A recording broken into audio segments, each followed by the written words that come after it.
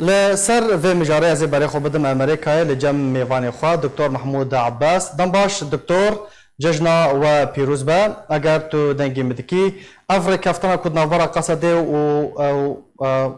ام بیجن کمپانی که امریکی ده هاتیه امضا کرن و تکه و خدمتا که ده بتنه جبو قصده یا جبو کردان همیانه. سلام و ریز اشترا بینری دلارا جناوی پیروز بیم.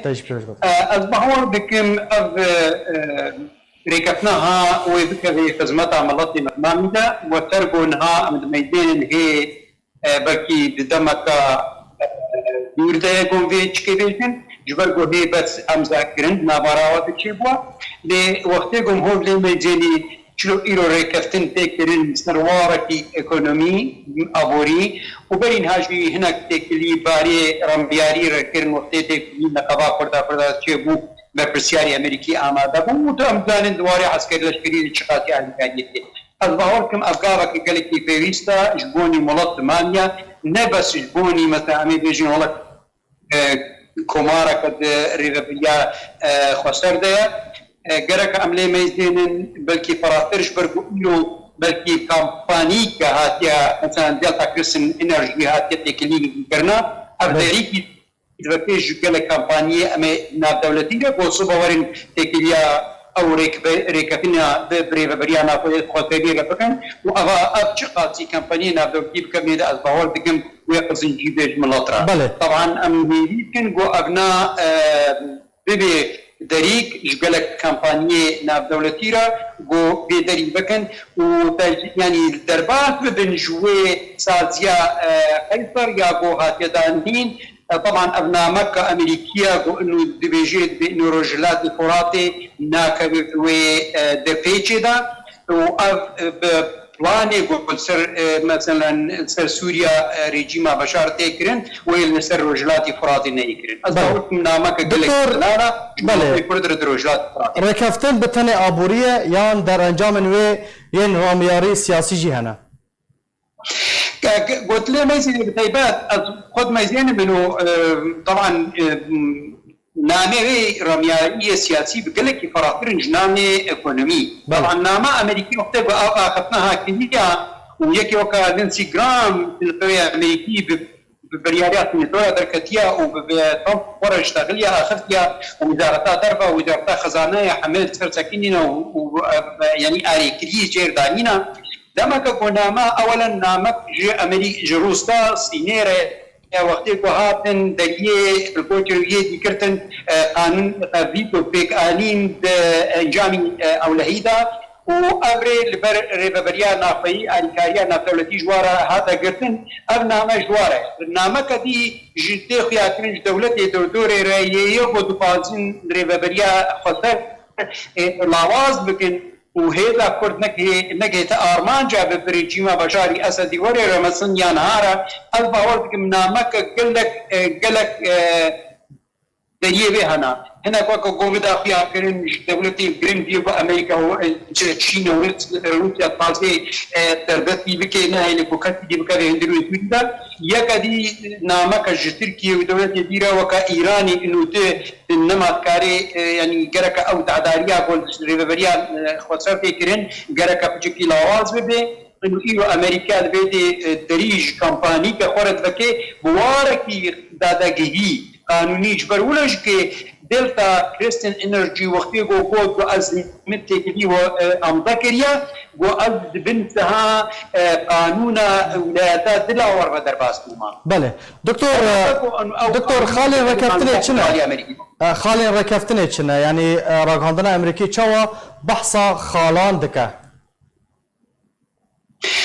براستي حتى انها او خالي ركفتني يعني قلت بيجين بتشكي نا در نكت سر ميداني اب بلكي دنا برا ريبابيا خسر دهايا وبلكي دي كامبانيا دلتا كريستين انرجي هاي يا جاتا دربا امريكيه بلكي دربا خالا بالتبديلات تسكني زانن شنو در نكتي طبعا لي كامل كارن بجكي ليه ما يزينن يك جوا خالي معنا انه و دي نفطه يا هرم كردي و بجكي زياده بكي و بهتر او طبعا وكا قودا في اكرن دم صفات امادا كي مصفاتنا قوتي قهرتن ديواناتي قهرتن بیش صدی نقطه تو یا قدرت که این هاش جهاره ما کردی و صافی بکن افنا خالنا اکونومینا بس دوای رمیاری دا چه خال چه جیتی پیاکرین چه نامتی دانا از باور بکن مختگو امریکیا افخالها وقاعد یا بطیبت يعني آخرتين بدولة دوري كريا يعني حاجة هي يعني هيا تركيا جي هيا وهيا روسيا جي هيا بريقو أهابي أم ذكرن دمك وقتك هيا هردو كاجي هيا إذن يك جوا خالي هيا اعترافك يعني اعترافك رسم سرطان بحرما كردي تيكرن وقتك اعتراف رسمي تيكرن از باوركم او امريكي استراتيجيه في بريا قد خازن فدرالي كردستاني دور دا اواكن وطبعا حما دي كسي دي دندرو دا اماده بن يعني وك عرب او سوريان او ايش كدندرو فدراليه دنا يعني دي تفاصيل دكتور اخفتنا تا قالك يجينيكا دما كنت تبيجي وكو دان بيدانك سياسيه اعترافك سياسيه اف بتاني شروفانه يان هن اغاهي الجنتهنا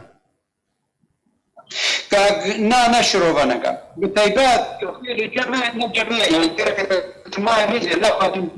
جماعه تشهنا وتمزاني وبرين هاش جهات شتكي ولادات يعني هذا كرين وقتيغو بامبيد بيجي دبي ابتي كليها دمك قالك دريج ديكو كركا بيت المنتهى تبارا وقتيغو قوتنا في انتاق كل كركا لا بكن او انا دخلت بلاز وقتيغو دي جاسي جارا مدقوت مدقو بلاز بكن جبرغو او انا دخلت تكليها هانو تقدر كمجبوري كامبانينا ديش كورتي كلياتن ريكفتنا بكن يعني ابناء جارا نامي امريكيه نامنا ان دايركت جرس كركا كم هو بخوينه يعني بله يعني الضبط يعني نقول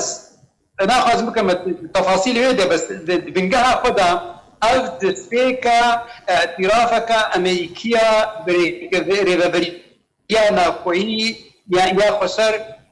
بنجها بوهيزا كرت ما ملف بكي صبا يعني شان دي كردي دركبين بنابي ملطي كرد بآخره شوي ريبريا خسر صبا وكو أمضبتي بالكمبانية ديدا بنابي ملطي كرد بملطي يعني ملطي حرمي تمامي يعني بداليك إنه أمضبكي أغاها كبيوي وطايدة إنه اعترافك سياسية دسبيك اعترافك السياسيه بالفدراليه كردي اللي تريدها. دكتور كوبانيجيتي ده تبيكو بحثا كوبانيتي كان كوراسي غافانتي جالي تركيا او ريفيباريا كنت بحث ذكر ريفيباريا خسار جي ديريك حتى كوبانيتي ده تنيا. كان امريكا وقت دولة جرين وقت اعتراف بهرمك لكن ناين بارتي جغرافي نادي يعني بالبدري امير جدبوني بخنا نابرا